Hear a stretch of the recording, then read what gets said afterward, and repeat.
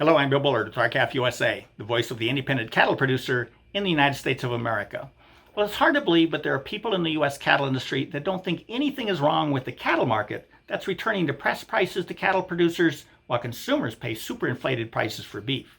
Now, we have to address this because it's difficult to implement an industry-wide solution to a problem when some people don't believe there's a problem in need of a solution.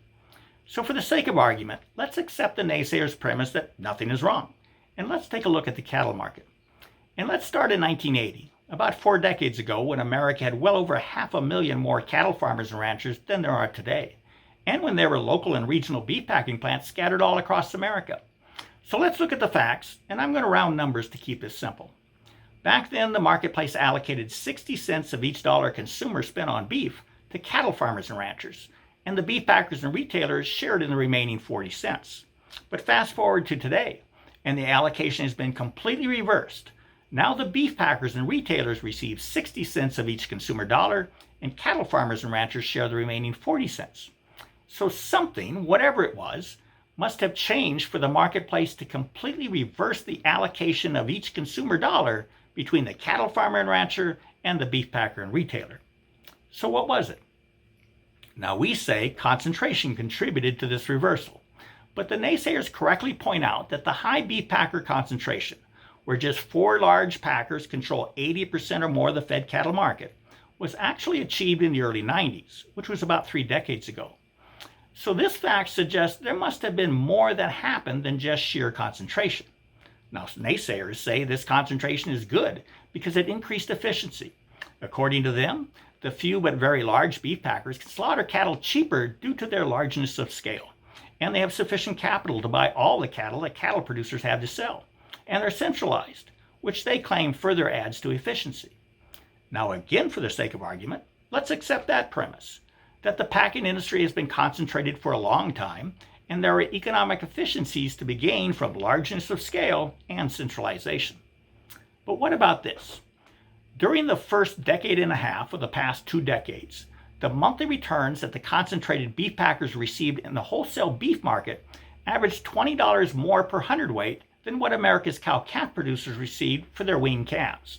Now that's based on a monthly average over a 15-year period. But since 2015, the monthly returns that beef packers received in the wholesale beef market jumped to $50 more per hundredweight on average than what America's cow-calf producers received. Now that's a 2.5-fold increase that beef packers earned in their wholesale market over and above what America's cow-calf producers received from their cattle market. Now that means the beef packers' average monthly revenues increased nearly 50% since 2015 compared to the prior 15 years. But cow-calf producers' revenues increased only 35% during the same period. So the question is this.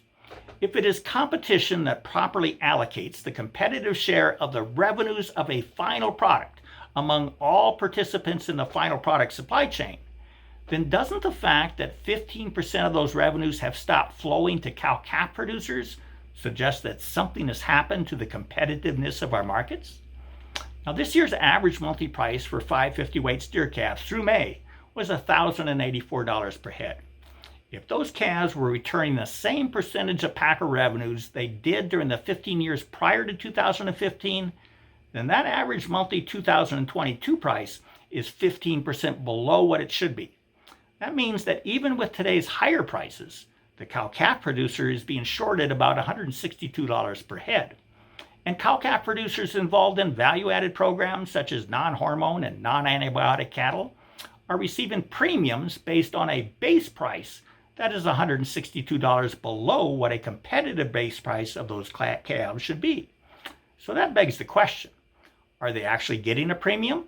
Or are their efforts simply allowing them to receive what every cattle producer should already be receiving, but is not because the market is broken? If we assume the market was competitive prior to 2015, how can one say it's still competitive today after the competition-driven allocation of revenues has fundamentally changed? Now, we must all take a critical look at our cattle markets, including those now claiming not to see, hear, or know that anything is wrong. Help us fix the broken cattle market. Go to our website at www.r-calfusa.com With that, have a productive week. Thank you and goodbye.